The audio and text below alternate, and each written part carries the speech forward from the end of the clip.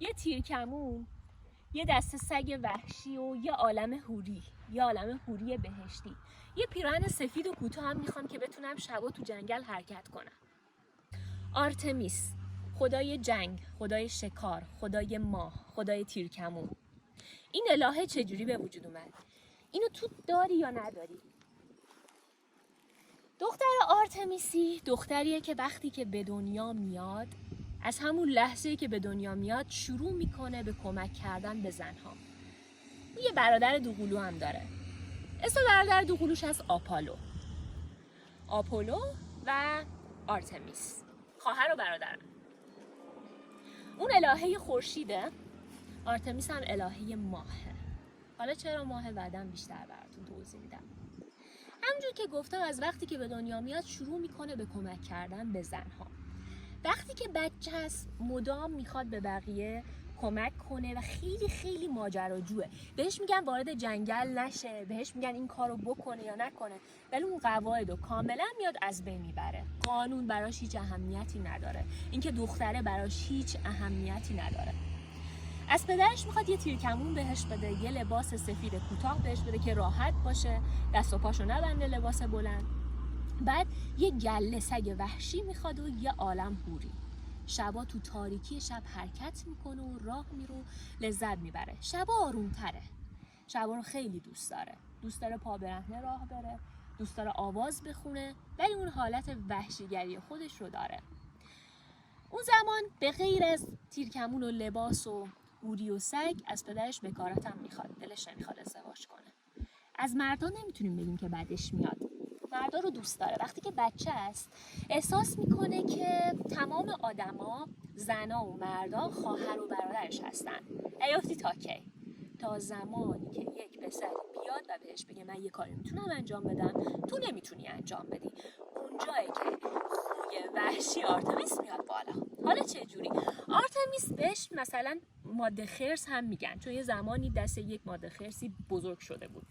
وقتی که پسری میاد میگه من میتونم این کار رو انجام بدم و تو نمیتونی، آرتمیس ما تبدیل به یه گراز وحشی میشه. گراز وحشی یعنی چی؟ یعنی همه کار میکنه که به تو ثابت کنه من میتونم از تو بهتر از تو انجام بدم و این کارم انجام میده. در واقع عاشق کوه، عاشق جنگل، ولی با بسیار فرق داره. اونقدر آروم نیست. یه موضوع دیگه در مورد آرتمیس اینه که اصلا آرتمیس عاشق شده توی داستان. آره عاشق شده. آپولو خیلی خواهرش رو دوست داره، برای همین یه ذره حسودی هم میکنه. آرتمیس عاشق یه پسر میشه، میگم اسمش بوده اوریون. بعد یه روزی برادر آرتمیس کنارشه، بعد اونا کنار یه رودخونه‌ای هستن. آپولو و آرتمیس کنار همن. آپولو برای که حرصش رو در بیاره میگه که تو نمیتونی اون پرنده رو شکار کنی. تیراندازی آرتمیس فوق‌العاده است. من میتونم شکار کنم. یعنی یه جوری بود که تیر کاملا میخورد به کله اوریون، بعد خب آرتمیس اون ندیده بود. اینجوری میشه که آرتمیس تیرشو میگیره و میزنه و اوریون میکشه. به خاطر رقابت عشقش هم میکشه. اینجوری میشه که آرتمیس برای همیشه مجرد میمونه. الان تو دوره الان آرتمیس کامل نداریم، چون همه به هر حال یکی رو اختیار میکنن، با یکی ازدواج میکنن، دوست میشن یا با پسر ارتباط برقرار میکنن به صورت عاشقانه. ولی قبلا همچین کارن الگوهایی بوده، الان هم هست.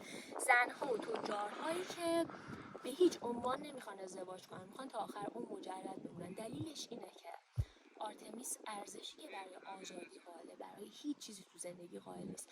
اگه کسی بیاد تو زندگیش بهش بکن نکن بگه، زندگیشون دچار مشکل میشه. میخواد هر چیزی رو به شیوه خودش انجام بده، اونجوری که دلش میخواد انجام بده. یک موضوع دیگه توی آرتمیس اینه که معمولا یه هدفی داره. وقتی که بزرگ میشه یک هدفی رو در نظر میگیره. بدون هدف نمیتونه زندگی کنه. میره سمت هدفش و به اون هدف حتما میرسه. اگه نرسه احساس خوبی بهش دست نمیده. حالا من میگم شخصیت آرتمیس، معمولا آرتمیس بعد از 30 سال یه خورده تغییر میکنه، چون کهن‌الگوهای دیگه میاد وسط. ممکنه هرا بیاد، ممکنه هستیا بیاد، چیزای دیگه بیاد. آرتمیس یه ذره کمتر و کمتر بشه. دخترایی که شخصیت آرتمیس دارن خیلی دلشون میخواد به دخترای دیگه کمک کنن. کمپین تشکیل میدن، حمایت از حقوق زنان میان تشکیل میدن. زنها رو مستقل میکنن و حتما باید مستقل باشن و دوست دارن حتما پول در بیارن. از لحاظ مالی معمولا استقلال دارن. دختر آرتمیسی 100 دارم میگم، حالا درصدش توی آدم ها با هم دیگه متفاوت هستش. وقتی که وارد شغل میشه، وقتی که وارد کاری میشه، عاشق اینه که بره کشف کنه، بفهمه و آزادی داشته باشه. نمیتونی بهش بگی که تو باید یک کار مشخصی رو تو روز مشخصی بیای انجام بدی. اینجوری نیست. اون طبیعت وحشی و خوی وحشی همیشه در دختر آرتمیسی وجود داره. معمولا دخترایی که توی نوجوانی خیلی دوست دارن که اسب داشته باشن، دخترایی هستن که آرتمیس خیلی فعالی دارن. معمولا میگه من میتونم، از پسش برمیام، هیچ کاری نیست که من نتونم انجام بدم. این باور خیلی قشنگیه، به شرط اینکه باعث نشه یه اوریون این وسط کشته بشه دیگه. اگه توی مشاغل هنری بره، چیزی که براش مهمه بیشتر از اون هنره اینه که سبک خودش رو بیاد نشون بده. یعنی دوست نداره که تابع یه سبک خاصی باشه، دوست داره چیزای فردی خودش رو توی اون هنر پیاده کنه. اگه توی سیاست بره، معمولا توی مذاکرات برنده میشه. اگه توی تجارت بره، با بزرگترین تجار مرد یک جا میشینه. خب طرفدار مخصوص به خودش رو داره، ولی فشار زیادی رو میاد در خودش احساس میکنه. ولی گفتم همه اینا تا سن مثلا تا میان سالی هست. بعد از اون آرتمیس یه مقدار کمتر میشه. بعد کانالگوهای دیگه میان و عوضش میکنه. مثلا یک دختر ممکنه 100 آرتمیس باشه، وارد رابطه میشه، بعد کلا کارشو میذاره کنار به خاطر اینکه یه کانالگوی دیگه بالا اومده، آفرودیت شدتش بالا اومده. اونجا برای اینکه بیاد آرتمیس خودشو فعال کنه، میتونه یک روز 2 روز از عشقش از کسی که داره فاصله بگیره که بتونه به کارهای مخصوص به خودش برسه.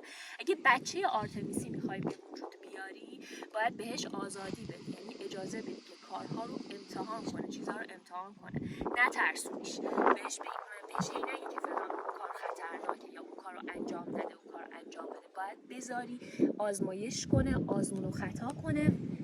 بعد از توی اون آزمون و خطا عبارت تأکیدی میتونم از توش در بیاره. ببین وقتی که آرتمیس کوچولوه، معمولا خانواده بهش میگن تو خیلی قوی، تو میتونی از پس همه کار بر بیای. مثلا پدرها خیلی عشق میکنن که همچین دختری داشته باشه، ولی همین باعث میشه که دختر آرتمیسی بترسه از اینکه احساسات خودش رو بیاد بروز بده. فکر میکنه که اگه خشم داشته باشه، ناراحتی داشته باشه، یا خیلی شادی خودش رو بیاد نشون بده، احساساتش ارزش ندارن. باید خیلی منطقی طور بیاد رفتار کنه، تا اینکه یک روزی یه مردی وارد زندگیش میشه، یه جورایی از این دختر بتسازی میکنه، از قدرتش خوشش میاد، بهش میگه که احساساتی که تو داری خیلی ارزشمندن. چون یه وقتای خلاصه دختر آرتمیسی امکان داره احساسشو ناخواسته نشون بده. انقدر ارزش گذاری میکنه این پسر روی احساسات این دختر که کانالگوهای دیگه میاد بالا. معمولا عاشق کسی میشه که دقیقا برعکس خودش آرومه، خلاقه، بعد روحیه عاشقانه و رمانتیک و احساساتی تر داره. اونجاست که یه خورده اون درصد وحشیگری میاد پایین، به شرط اینکه اون مرد نخواد باهاش رقابت کنه. عمرن نمیتونی این کار رو انجام بدی. کدوم کار؟ اینکه بری پیش بوزا. میرم پیش بوزا. نمیتونی. نمیتونی.